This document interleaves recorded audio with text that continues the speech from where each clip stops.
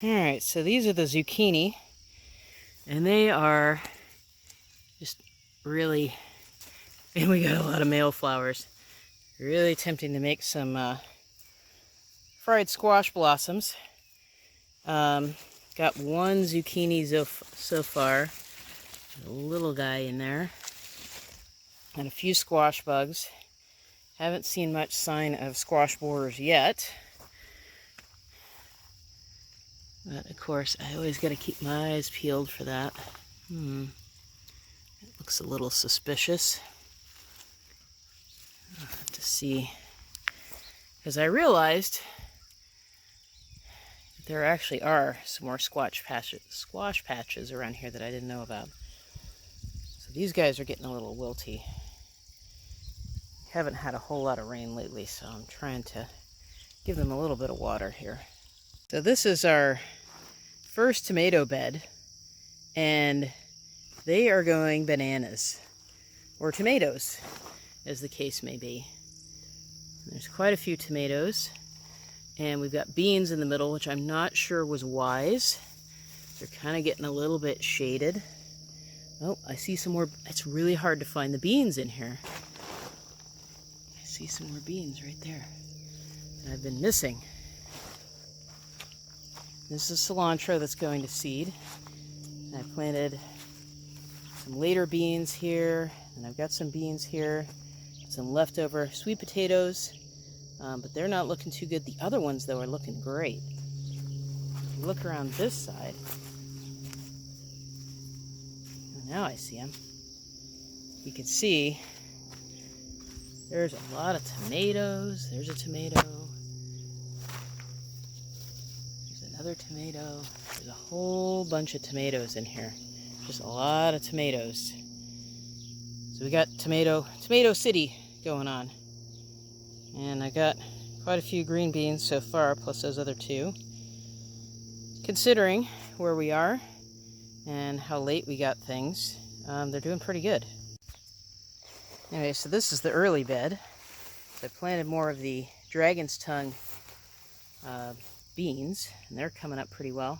And I planted this Kalana Sunrise sweet potato, and they're starting to do pretty well. Lost one in the middle, but mostly everything else is going to seed, or I'm going to have to basically go through and harvest pretty much everything in here soon, and then we can plant some really late things like pumpkins and maybe watermelons.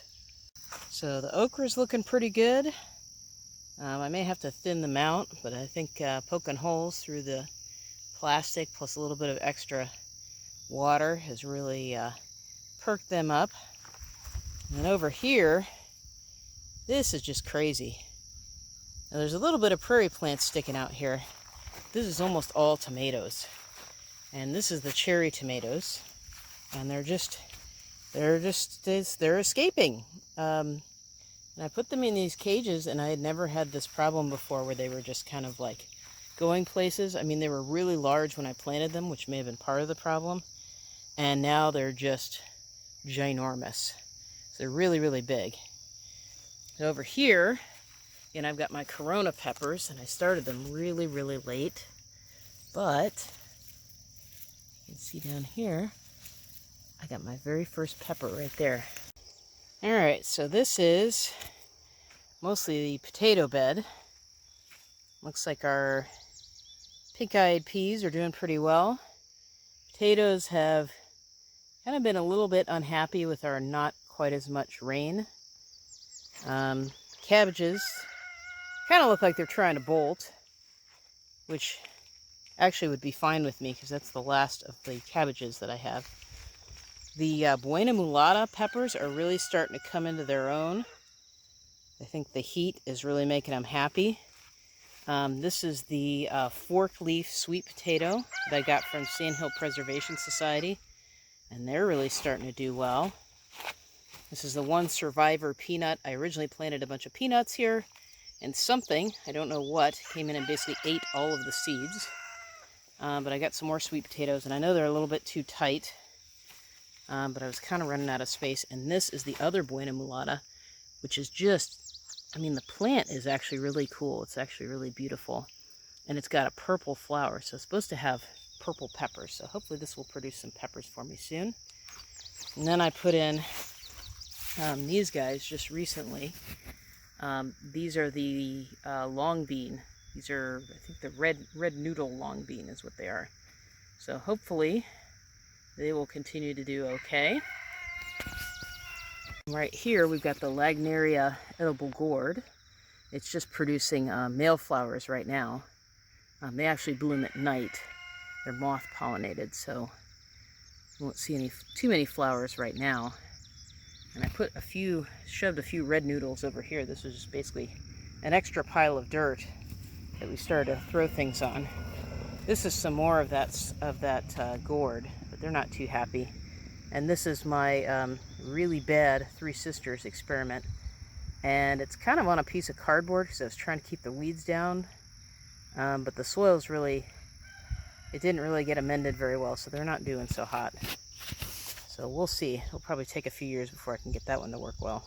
It's about 6:30 now, and our gourds are now flowering because, like I said, they actually bloom at night because these are moth pollinated.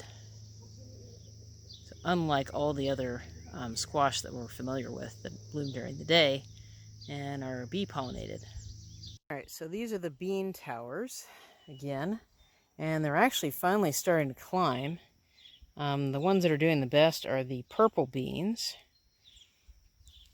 followed by, these are the Seychelles beans, which are climbing really well. I've got one purple that basically,